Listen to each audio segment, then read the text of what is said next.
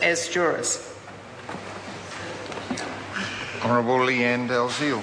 The Minister didn't really respond to the question that I raised, because we've had a lecture from the Chair of the Law and Order Committee about the particular priority that the government is putting on this particular piece of legislation.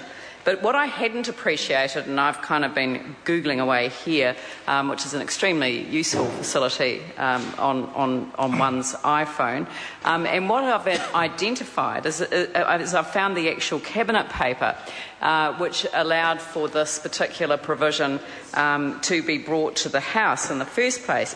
And what I discovered was that this particular issue that we've had so much focus on now related to an incident that occurred, I believe, in 2010, if I'm reading this correctly. And as a result, the government actually immediately moved into action. They took immediate action, and they decided that what they would do is they would make provision for restricting access to jurors' addresses, which is the topic for the debate. But that was actually approved to be legislated for in 2010.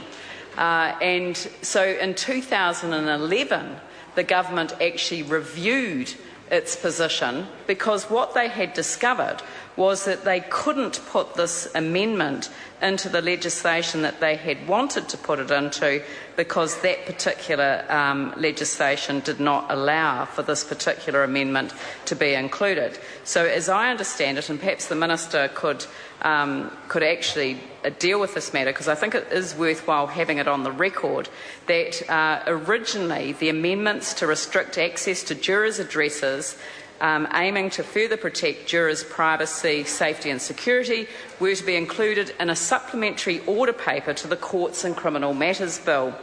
However, the Office of the Clerk of the House advised the amendments were, and I quote, foreign to the objects of that bill. So foreign to the objects of that bill, which is unusual language, but it is out of scope. So they weren't able to include it as a supplementary order paper to the Courts and Criminal Matters Bill. And therefore, the Minister of the day, back in 2011, before the election, decided the most appropriate course of action was to introduce a standalone Juries Amendment Bill, which is the one we have before us now, which would contain a small package of non-contentious amendments. But of course, that's when they made the decision to include the elements that we have dealt with under Part 1, the Part 1 debate. So the Part 2 debate, though, relates to this question of the Juries Act amendment, and basically saying that this was a matter that had been brought to their attention the year before. So I just wonder why the reference has been made to how urgent this is to have this matter addressed. So I'll just refer to the particular decision that was made in the Cabinet paper. Basically, they identified that there was an incident where a self-represented accused corresponded with persons whose names and addresses were on the panel for this for his trial, which raised concern about the safety of jurors, and it was decided to amend the Act to restrict access to jurors' addresses details. It was agreed that all address information should be deleted from the jury panel. Access to the address information would be available to the prosecution and counsel for the accused, which I think my colleague has dealt with in order to assist with jury challenges.